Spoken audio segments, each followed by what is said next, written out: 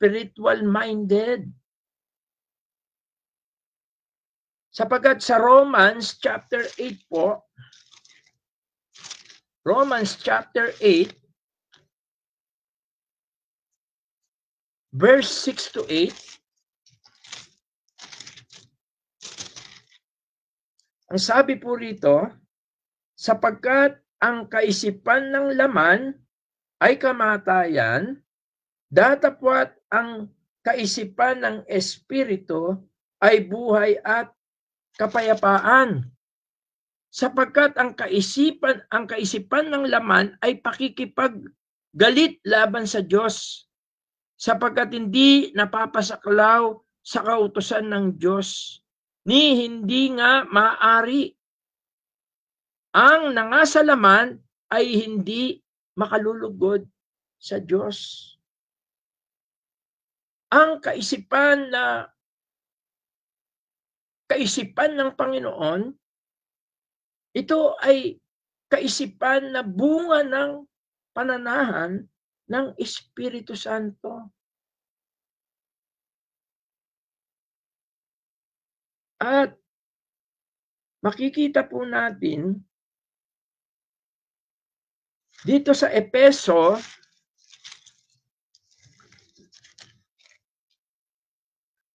Kapitulo 5, talatang 18 hanggang 19, ang sabi po rito, at huwag kayong magsipaglasing ng alak na kinaroroonan ng kaguluhan. Yun yung disunity.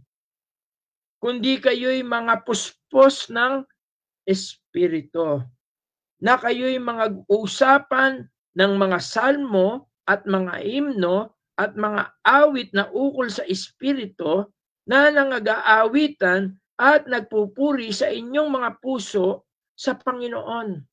Tingnan po natin, napakahalaga po na para ang isang tao ay makabahagi, makaranas, at madala siya doon sa pakikiisa, kailangan po ang Espiritu Santo. Kaya mayroon pong dalawang pinagmumulan ang disunity sa loob ng church. Dalawa yung pinagmumulan ng division doon sa loob ng church. At ang mga taga-Pilipos ay mayroon silang karanasan na ganyan doon sa chapter 4. Una, ayon kay Apostol Pablo sa unang Korinto, Kapitulo 2, talatang 14, ang mga hindi mananampalataya ay wala siyang bahagi o wala siyang pakialam o masasabi natin nakasentro ang kanyang kaisipan sa kanyang sarili. Sabi doon sa chapter 2 ng Korinto, talatang 14, ang sabi po, ngunit ang taong ayon sa laman ay hindi tumatanggap ng mga bagay ng Espiritu ng Diyos, sapagkat ang mga ito ay kamangmangan. Imagine natin, ginamit yung salitang foolishness unto him. Hindi niya nauunawaan. Hindi niya nakikita o nalalaman ang bagay ng mga espiritual. Sabi niya, ginamit po yung kamangmangan sa kanya at hindi niya nauunawa, neither can he know them. Sapagkat ang mga yaon ay sinisiyasat ayon sa Espiritu. Ginamit yung salitang spiritually discern. Ang mga bagay na ito ay tumutukoy sa pangunawa. Kaya ang mga unbeliever, kaya pagka mayroong mga nagpapanggap na mga mananampalataya sa loob ng iglesia, kung minsan ito po sila po yung nagiging cause ng disunity. Yung mga hindi pa tunay na mananampalataya. Pangalawa, yung mga tunay na mananampalataya, kaya lang tinatawag silang carnal believer. Dito sa 1 Corinthians chapter 3, verse 3. Ang sabi po rito, sapagkat kayo'y mga salaman pa, sapagkat samantalang sa inyo ay may paninibugho at mga pagtatalo, yun yung experience ng mga taga-Pilipos, hindi ba kayo'y mga salaman at kayo'y nagsisilakad ayon sa kaugalian ng mga ito? Sabi po sa English, for you are yet carnal, for whereas there is among you envying and strife and division, are you not carnal and walk as men? Ang isa pa po na nagko-cause ng disunity, division, unorderliness sa loob ng church, hindi lang yung mga nagpapanggap na mga mananampalataya na sila'y totally hindi talaga Kristiyano, ay yung mga tunay na Kristiyano, subalit sila po ay mga carnal. Sila po yung mga babes in Christ. Sila po yung mga hindi lumago na mga Kristiyano. Kaya napakahalaga po para ang bawat isa ay magkaroon ng same mind,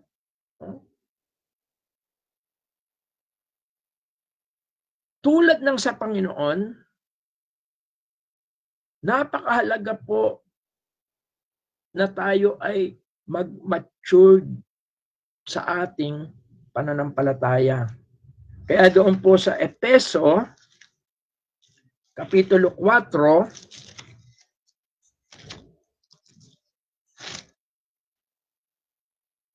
versikulo 13 hanggang 15, ang sabi po rito, hanggang sa abutin nating lahat ang pagkakaisa ng pananampalataya at ang pagkakilala sa anak ng Diyos, hanggang sa lubos na paglaki ng tao, hanggang sa sukat ng pangangatawan ng kapuspusan ni Kristo. Ang tinutukoy dito yung development, yung maturity, yung pag-grow ng ating pananampalataya. Ang sabi niya, verse 14, upang tayo wag nang maging mga bata pa na napapahapay dito doon at dinadala sa magkabila ng lahat ng angin ng aral sa pamamagitan ng mga daya ng mga tao sa katusuan ayon sa mga lalang ng kamalian, kundi sa pagsasalita ng katotohanan na may pag-ibig ay mangagsilaki sa lahat ng mga bagay sa Kanya na siyang Pangulo sa makatwid bagay si Kristo. Yung maturity po, yung paglagong espiritual ng individual bilang isang lokal na iglesia ay isang bagay na magdadala sa atin upang tayo magkaroon ng isang kaisipan na tulad ng sa Panginoon at magkaisa tayo sa ating pananampalataya, sa ating paglilingkod, sa pagsusulong ng Ebanghelyo. Kailangan natin lumago at nagbigay po siya rito ng mga dahilan, mga pamamaraan, mga kailangan ng iglesia para ang iglesia, ang bawat individual ay lumago. Una na po doon sa verse 12 yung mga spiritual gifts. Sabi ron, verse 11 to 12, no? Alam naman natin ito, it is regarding sa spiritual gifts. Kaya napakahalaga po na ma-discover ng bawat believer yung kanyang spiritual gifts. Ma-develop, mapaunlad, magamit sa loob ng iglesia. sapagkat ito ang malaking part para sa paglago ng bawat individual ng isang katawan, ang iglesia lokal, either universally or locally. Ang spiritual gifts. At alam natin yan, marami po yung spiritual gifts. Romans 12, 1 Corinthians 12, Ephesians 4. Sapagkat kung hindi magagamit ang mga spiritual gifts, ito ay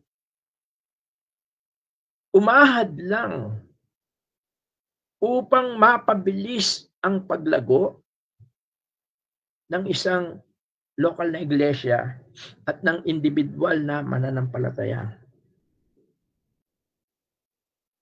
Doon sa verse 15, sinabi po rito yung speaking the truth in love.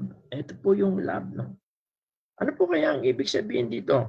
Kundi sa pagsasalita ng katotohanan na may pag-ibig. Ito yung pagtutuwid, yung correction, rebuking. No? Ginagawa ito hindi para ipahiya, hindi para po saktan ng isang kapatid, no?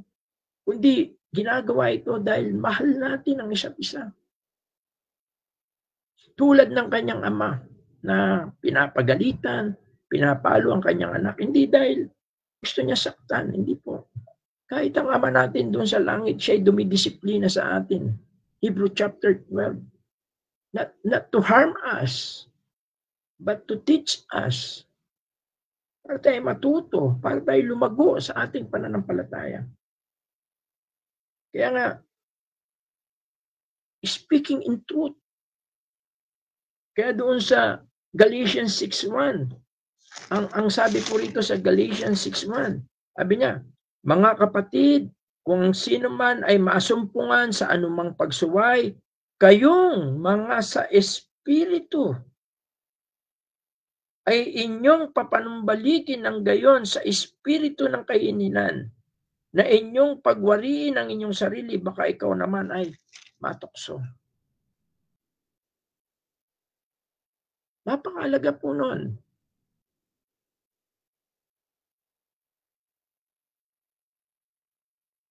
At yung sound doctrine, verse 14, dito sa Efeso 4, sabi niya, upang tayo wag nang maging mga bata pa. Ano po yung tinutukoy niya rito? Ito po yung nagpapahapay dito at doon at dinadala sa magkabila ng lahat ng hangin ng aral. Walang stand, hindi pa kung ano-anong mga ina-adapt na turo, ano-anong mga parang bata, pero pagka nagmamatured ka, ibig sabihin, nasasala mo na yung mga katuruan, kaya napakahalaga po ng pag-aaral. Kaya nga sabi rito, sa verse 14, sa pamamagitan ng mga daya ng mga ito sa katusuan ayon sa mga lalang ng kamalian. Sapagkat ang dyablo ay, tandaan natin, nagtatanim din siya. Gumagawa rin siya, nagpapa-spread din siya. Nagpapakalat din siya ng mga maling aral. At kung minsan ang nakakalungkot, ang nagdadala nito ay mga mananampalataya pa. Dahil sa kakulangan ng kanilang pag-aaral at dahil doon sa kanilang pag-aambisyon. At yung sumisira doon sa unity. Kaya napakahalaga nitong sinabi ni Pablo sa mga taga-Pilipos na magkaisa, no, ng kaisipan.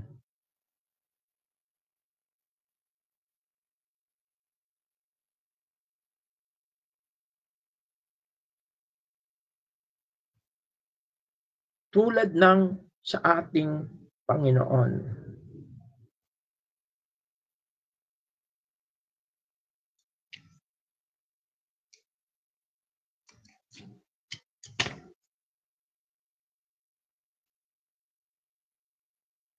Sapagkat kung hindi po tayo lalago, kung hindi tayo magmamatured, lagi po tayong magiging host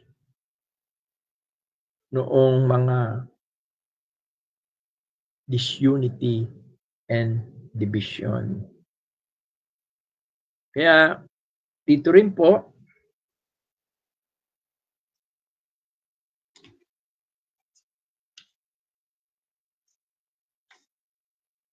dito sa verse 6, although sabi niya po rito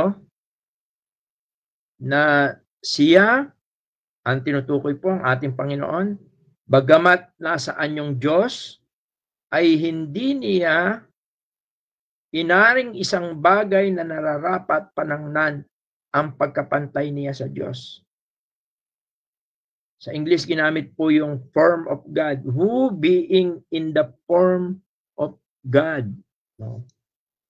Yung form sa Greek, morphe. Ano pong ibig sabihin ng morphe? Outward appearance. At kung minsan ito raw po ay isang pamphilosophical term o termino na ang ibig sabihin ay yung inner essence. Kaya po yung nung sabihin po na Jesus was in the form of God, ito raw po ay indikasyon na ang ating Panginoon simula noon at sa kasalukuyan at sa darating, no, ay taglay niya yung tinatawag na divine nature. Yung kanyang equality to God. Although dito po sa English, sabi rito, who being in the form of God, thought it not robber to be equal with God. Napakahalaga po kasi po nito, yung katotohanan ng pagka-Diyos ng ating Panginoon.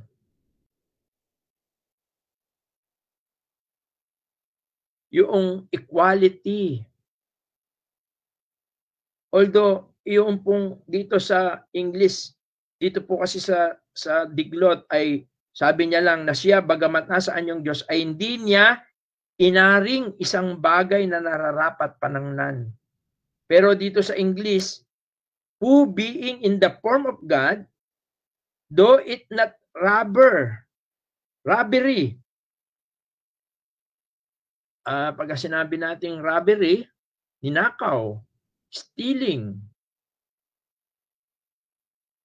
Hindi niya po ninakaw, hindi niya po kinuha yung pagiging Diyos, no? Sapagkat taglay niya talaga po 'yon. Actually po, contrary ito doon sa nangyari kay Eve saka kay Adan, no? Kinuha nila yung hindi ibinigay ng Diyos sa kanila, kinuha nila. Yun po yung forbidden fruit. Doon po sa Genesis, tignan po natin, chapter 3, verse 5.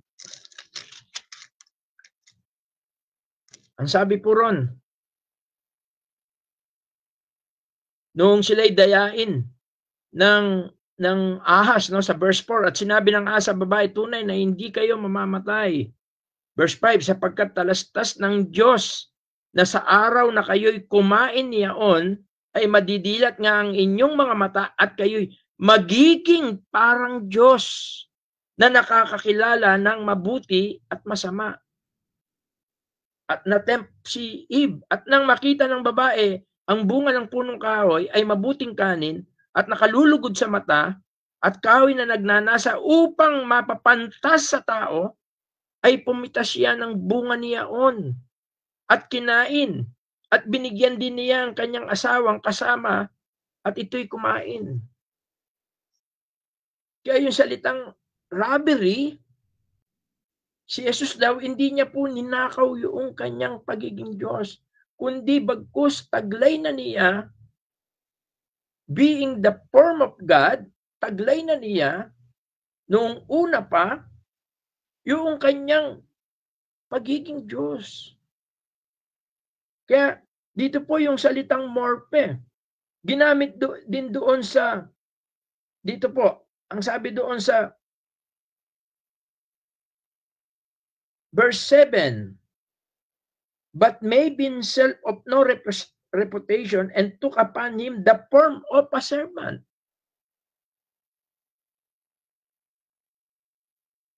Kaya, ang ating Panginoon, bagamat siya ay Diyos, hindi ibig sabihin nito na wala yung kanyang pagka-Diyos noong siya ay nag-anyong tao. Form of man, servant. Hindi po.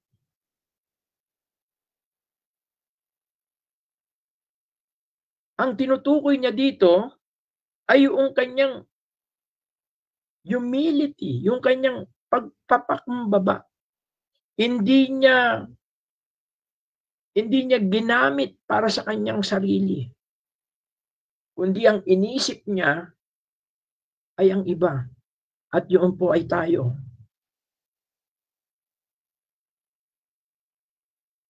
Kaya yung pong salita rito na but made himself of no reputation, sa ibang salin, tinignan ko po, sabi roon, he emptied himself. Actually, yun po yung ibig sabihin ng reputation sa Greek, kenos, which meant to make empty, to evacuate, to vacate, to deprive. He emptied himself, sabi sa ibang salin. Na ang ibig sabihin, ang anak ng Diyos, iniwan niya ang kagandahan ng sangkalangitan. Iniwan niya ang kanyang kalwalatian. At siya'y nag-anyong servant, tao.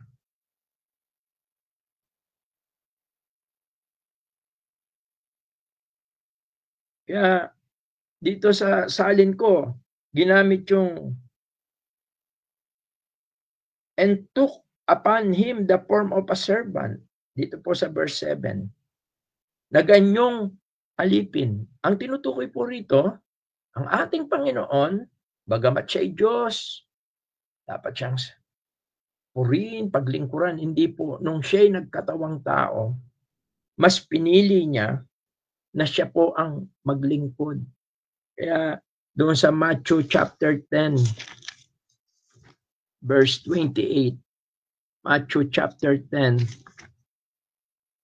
Dito po sa verse 28.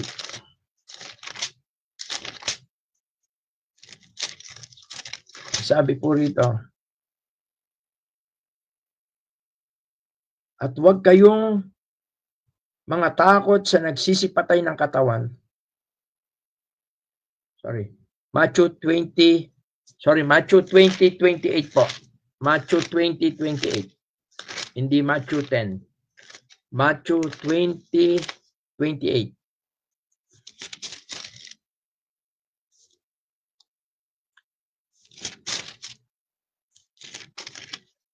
Ito po. Ang sabi po rito, gayon din naman ang anak ng tao, yung term na Son of Man, ito po yung incarnate Christ. No? Ang sabi po rito, gayon din naman ang anak ng tao ay hindi naparito upang paglingkuran, kundi upang maglingkod at ibigay ang kanyang buhay na pantubos sa marami. Ganon din po yung sinabi dito sa Mark chapter 10, verse 45. Mark chapter 10, verse 45.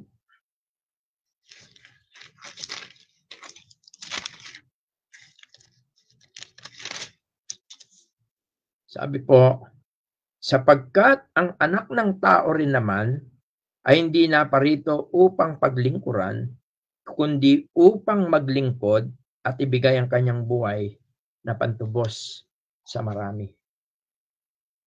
At napakahalaga po nito.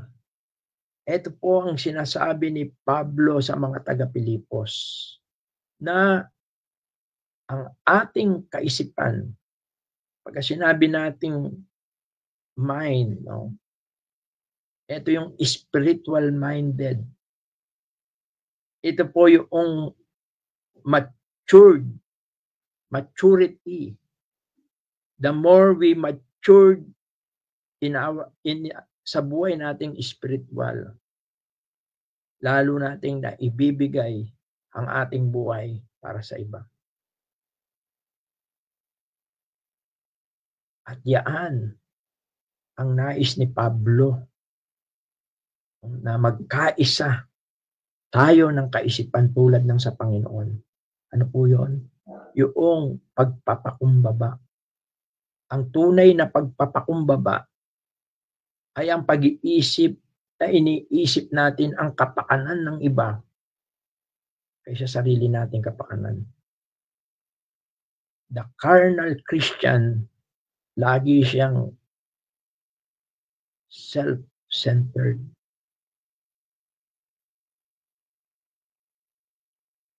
Hindi niya maibigay yung gusto niyang ibigay. Hindi niya magawa yung gusto niyang gawin sapagkat nakatingin siya sa kanyang sarili.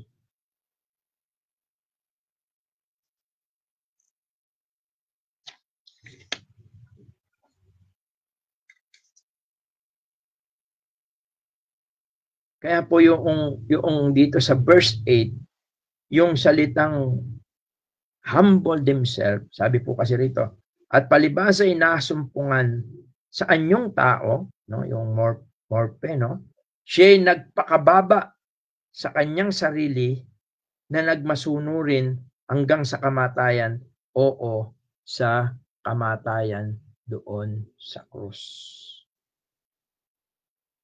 Ang sabi po rito, i-humble himself. Yung humble po, ang ibig din pong sabihin nito ay yung lowly in heart. Same po yun. Same po yung pagkakagamit doon sa salitang pagpapakumbaba, humble, doon sa lowly in heart.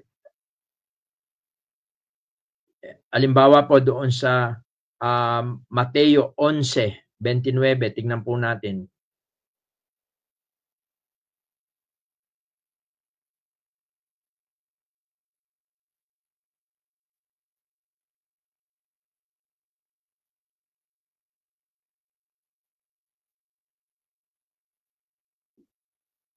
Sabi po rito, take my yoke upon you and learn of me, for I am meek and lowly in heart.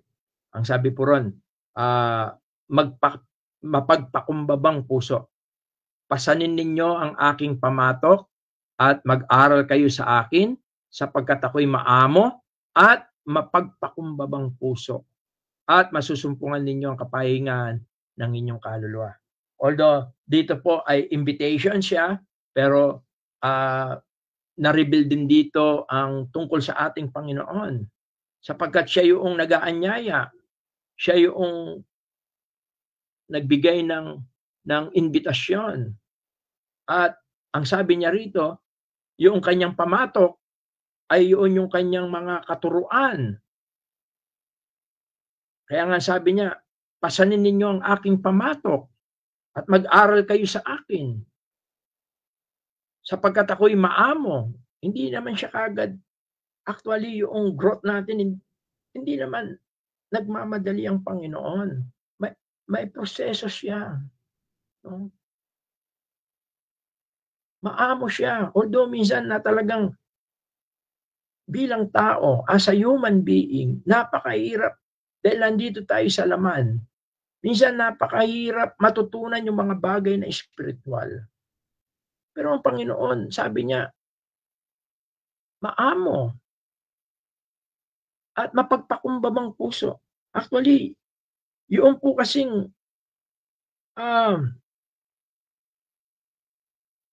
pagkakaiba noong humble and lowly in heart.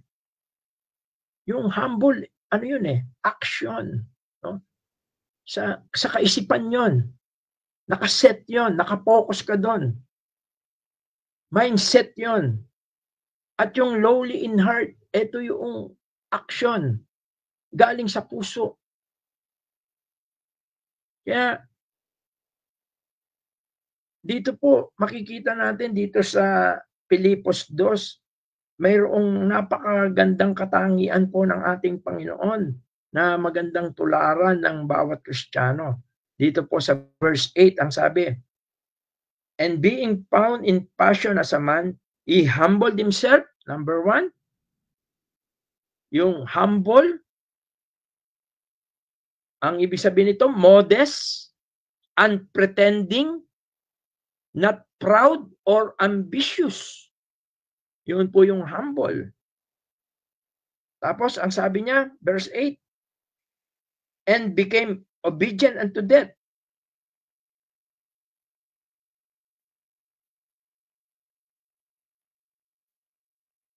At palibasa ay nasumpungan sa anyong tao, siya ay nagpakababa sa kanyang sarili, naging masunurin. Obedient. Kaya, napakaganda po nito. At ang tunay na pagpapakumbaba na ipinakita ng ating Panginoon, ang siyang pinaka-mainam, napakagandang halimbawa.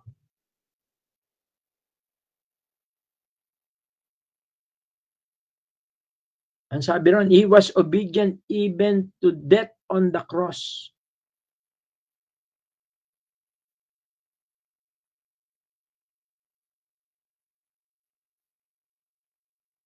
Kaya pinaalalahanan ni Pablo yung mga taga-Pilipos dito sa chapter 3, verse 18, yung mga enemy of the cross. Sapagkat marami ang mga nagsisilakad na siyang madalas na aking sinasabi sa inyo. At ngayon sinasabi ko sa inyo ng may pagyak na sila ang mga kaaway ng krus ni Kristo. Kaya doon sa verse 70 sabi niya, mga kapatid, kayo magkaisang tumulad sa akin. At tandaan ninyo ang mga nagsisilakad ng gayon, ayon sa alimbawang nakikita ninyo sa akin. Sapagkat marami ang nagsisilakad na siyang madalas na aking sinasabi sa inyo. At ngayon siya madalas, at ngayon sinasabi ko sa inyo na may pagiyak na sila ang mga kaaway ni Kristo. But Christ, obedience unto the death on the cross. At ang napakaganda rin po dito sa verse 9, kanina sabi natin, si Eve and Adam ay kinuha nila, in-steal nila o ninakaw nila, yung para sila ay makapantay sa Diyos. Pero dito sa verse 9, ang sabi rito, ang ating Panginoon, una siya'y taglay niya ang kanyang pagka-Diyos. Ang sabi rito sa verse 9, kaya siya naman ay pinakadakila ng Diyos at siya'y binigyan, binigyan ng pangalang lalo sa lahat ng pangalan. Ang ating Panginoon, hindi niya minadali, Inandog niyo muna ang kanyang sarili. Siya'y nagpakababa muna. At siya'y binigyan ng pangalan. Ano po itong ibig sabihin po nito? Yung pangalan na sabi po rito, lalo sa lahat ng pangalan. Dito sa English, ginamit po yung highly exalted him.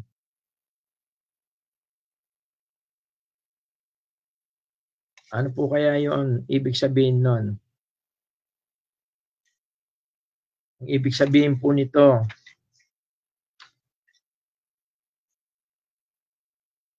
Although contrary siya doon sa kay Adam and Eve, no?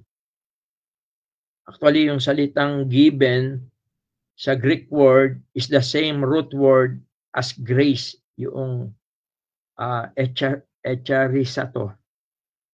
Echarisato. Yung ang ibig sabihin nito, ito po yung Panginoon. Dito sa chapter 2 verse 11. At upang ipahayag ng lahat ng mga dila na si Jesucristo ay Panginoon.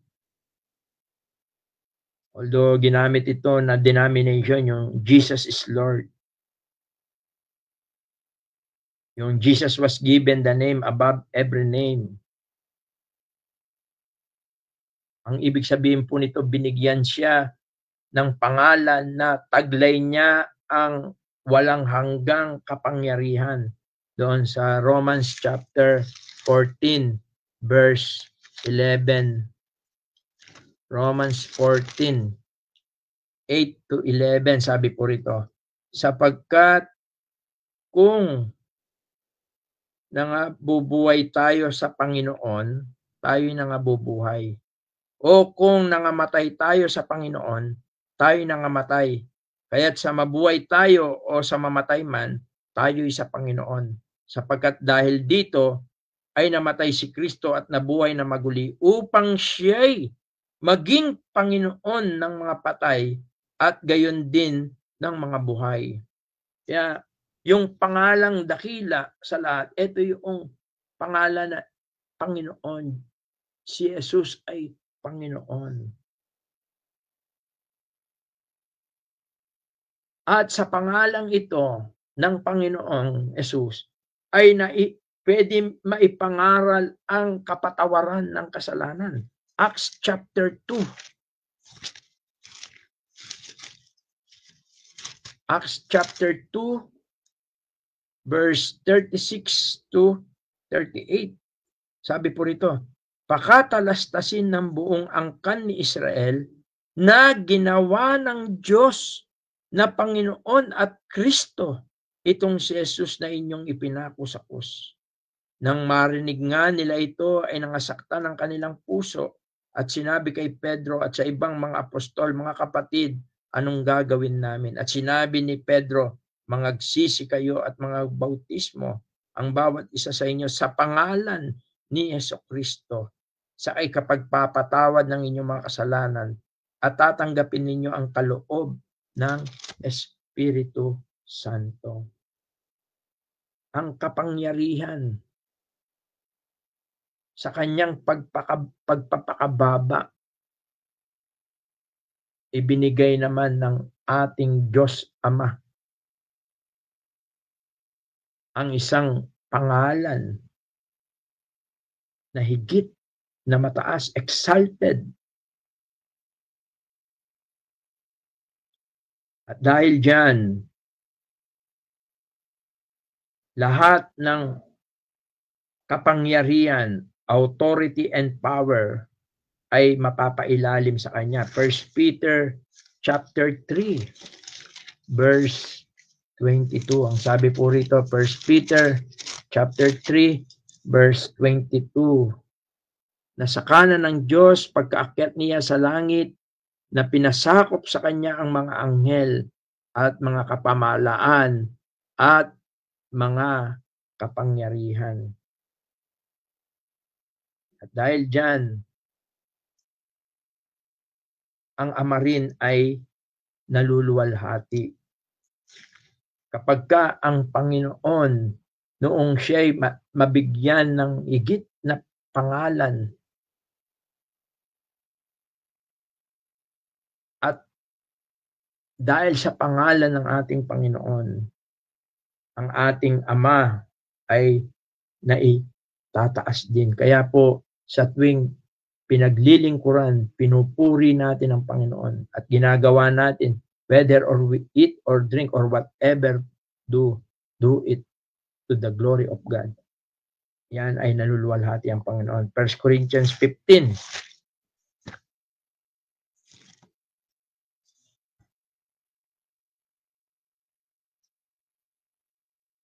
verse 27 to 28.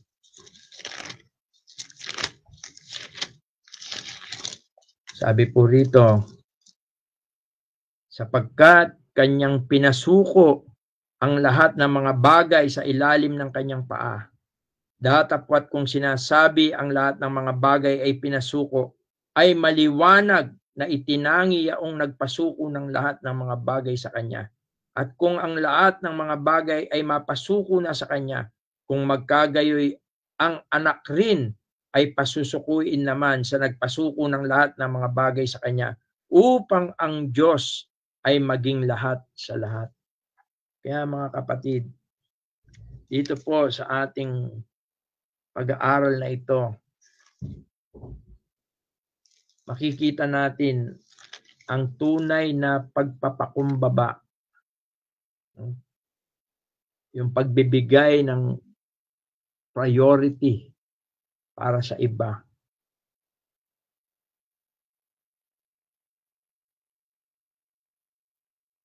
Ang maganda po rito ay makikita po natin na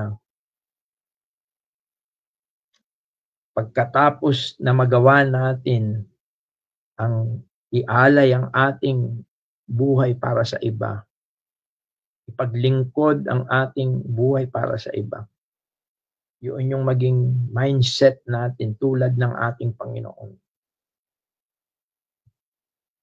Hindi yung self-centered. In due time naman, tayo po ay i-exalt ng Panginoon.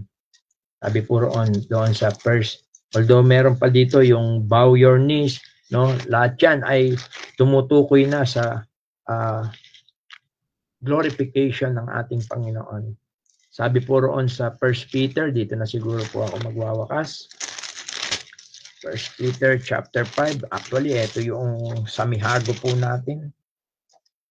Sabi po, 1 Peter chapter 5 verse 6, kaya't kayo'y mangagpakababa sa ilalim ng makapangyarihang kamay ng Diyos upang kayo'y kanyang itaas sa kapanahunan. Sabi po doon sa English, humble yourselves therefore under the mighty hand of God, that He may exalt you in due time. Mga kapatid, ang ating Panginoon, ang panawagan ni Pablo sa mga taga Pilipos ay magkaisa ng kaisipan tulad ng sa ating Panginoon.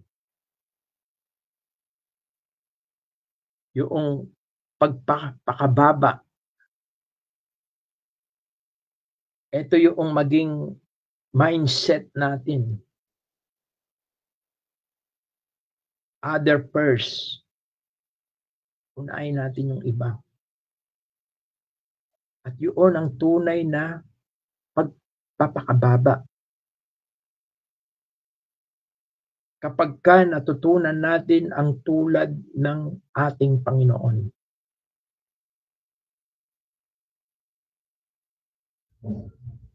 Hindi kalugihan para sa atin ang ihuli natin ang ating sarili.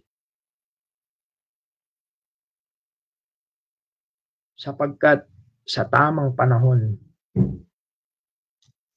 in due time,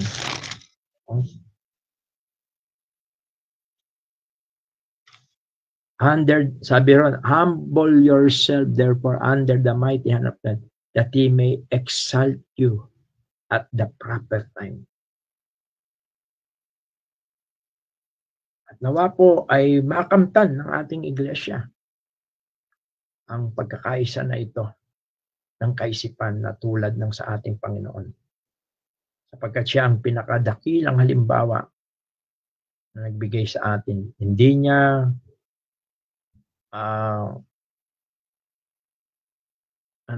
inuna yung kanyang sarili.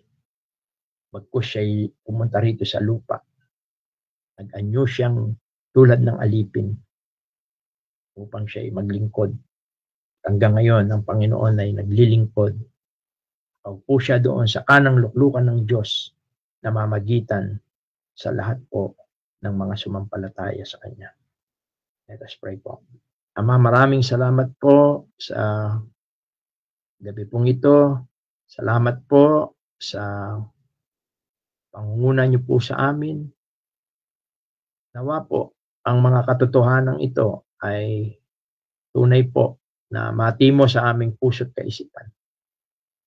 At nang sa ganun po ay matutunan namin na ipaglingkod ang aming buhay, ang aming mga biyayang tinatanggap sa iyo, ay matuto po namin ipaglingkod dito.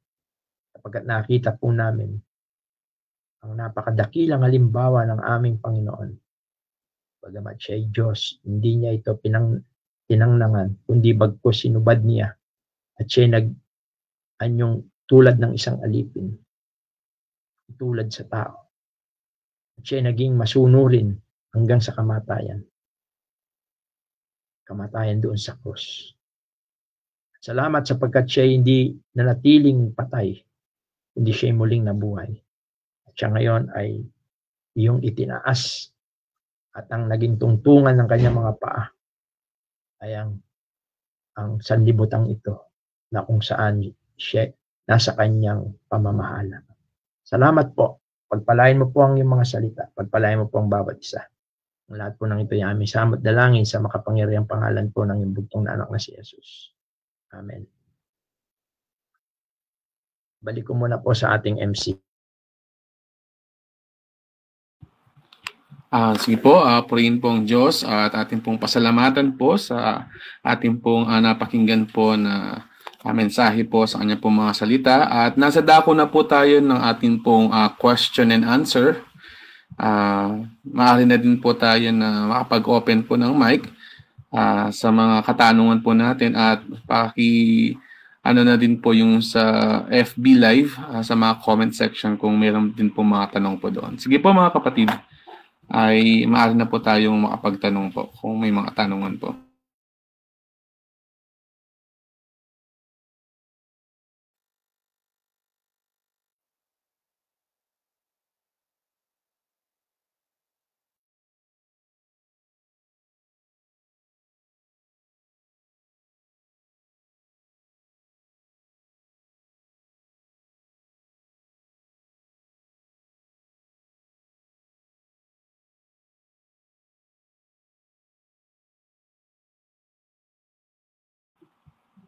Sige po, samantalahin po natin ang mga sandali na tayo po. Kung may mga katanungan po ay pwede po tayo mag-open po ng mic po.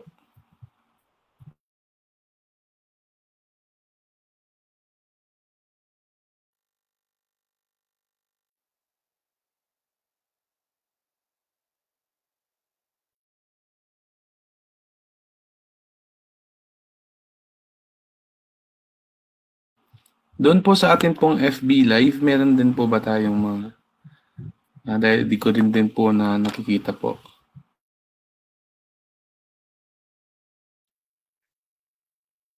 Bali, now po, Brother Norman, wala po sa Facebook Live.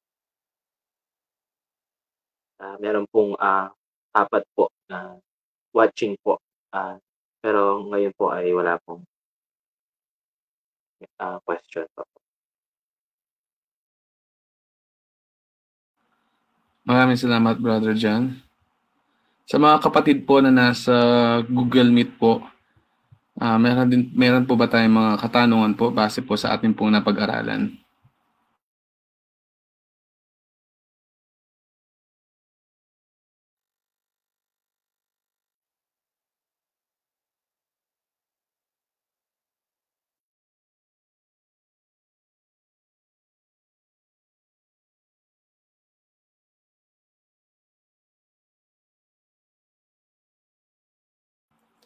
Ay marahil ang ating pong katahimikan ay dalawang bagay po. Nawa doon po tayo sa tunay po na atin din pong naunawaan at maisabuhay po ang salita po ng Diyos. Katulad po ng naging mensahe po dito kung paanong pinakamagandang halimbawa po na hindi nakasentro po sa sarili ang halimbawa po na binigay po ng ating pong Panginoong Hesus. Pag-uuna po sa iba at hindi po yung ating pong mga sarili. At para po sa ating pong pagwawakas ay hilingin po natin kay Brother John na pangunahan po tayo sa closing prayer. Sige po, tayo po ay manalangin. Ama naming Diyos na dakila, banal at makapangyarihan sa lahat. Nagpapasalamat po kami sa gabi po na pinagkaloob niyo po sa amin para po sa aming online Bible study. Salamat po sa mga kapatid po na dumalo. Salamat po sa lahat po ng nakapanood po sa live. Salamat po sa inyo pong anak na ginamit. Dala po ng inyong pong mensahe. At salamat po sa tulong po ng Banal na Espiritu sa paggabay po sa bawat isa po sa amin habang kami po ay kaaral, kinig ng pong mga salita. Patuloy po sa amin pong pag-aaral sa aklat po ng Pilipos. At salamat din po dahil sa gabi po na ito muli po nag-iwan po ng magandang halimbawa ang aming pong Panginoong Hesus sa inyo pong iglesia na kung paano po ang bawat isa po sa amin, ang aming pong mga puso, ang aming pong kaisipan ay sentro po sa bawat isa at hindi po sa aming pong mga sarili.